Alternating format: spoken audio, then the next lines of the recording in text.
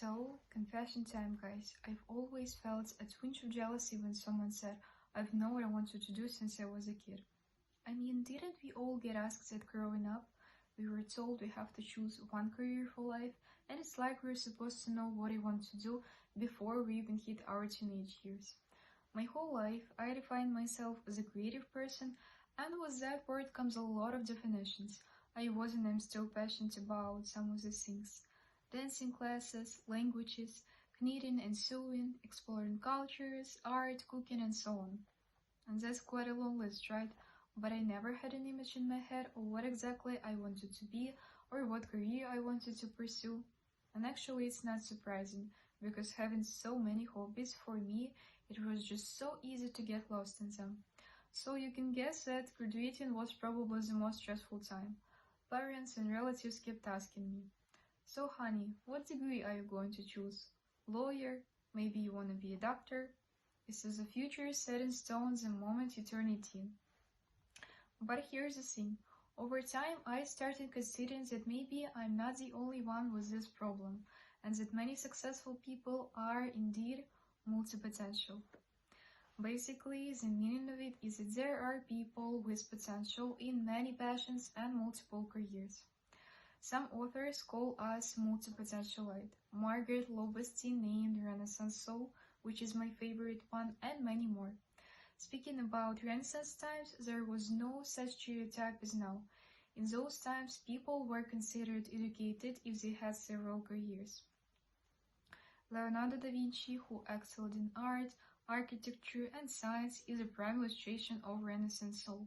And similarly, Maya Angelou, a contemporary figure, demonstrated her versatility and multifaceted talent through her achievements as a writer, activist, singer, dancer, and even as the first black female director in Hollywood.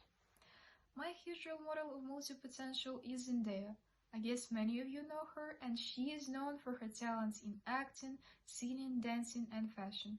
And she has pursued a successful career in each of these fields, demonstrating her passion and dedication to each one.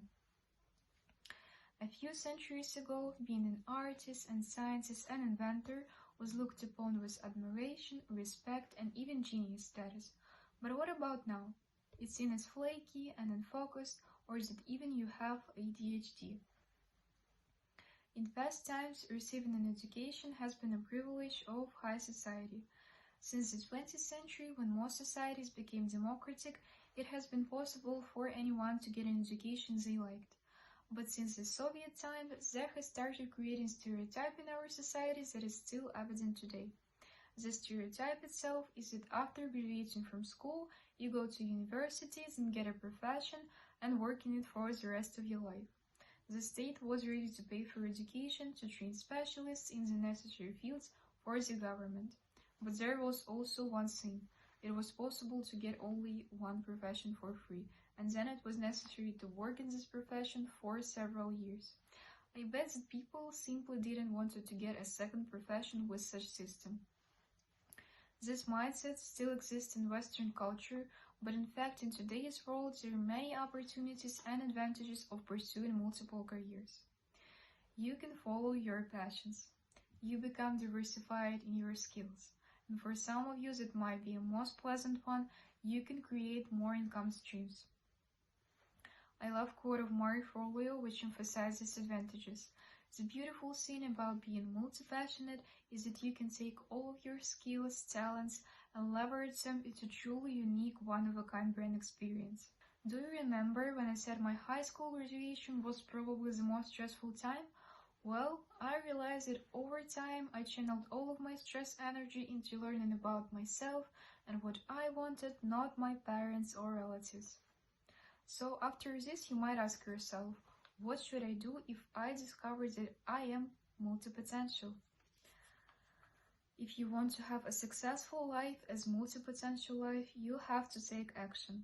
First of all, determine if this is the right choice for you. Bring a piece of paper and bring all your passions or hobbies that comes from your heart. The very first thought is exactly what you need in that list. It's like your subconscious mind prompt.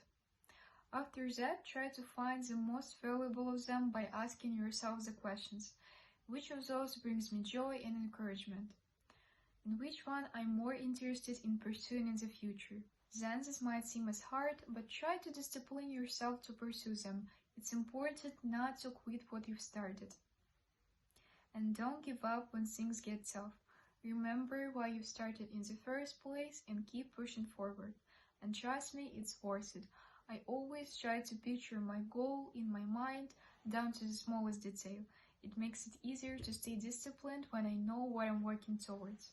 Remember, being a multipotential person is not a problem or a weakness, it's a strength.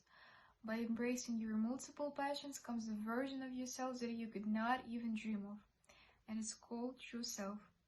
So go out there and show the world what you're capable of. Be proud of your multiple passions and let them guide you towards a successful and fulfilling life. Thank you.